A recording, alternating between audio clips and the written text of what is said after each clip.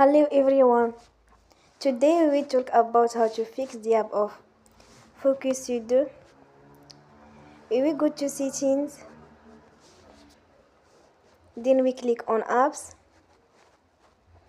After that we will search the app Focus 2.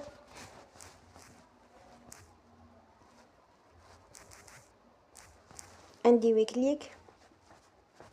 We will on for stop. After that we go to storage. Then we click on clear cache.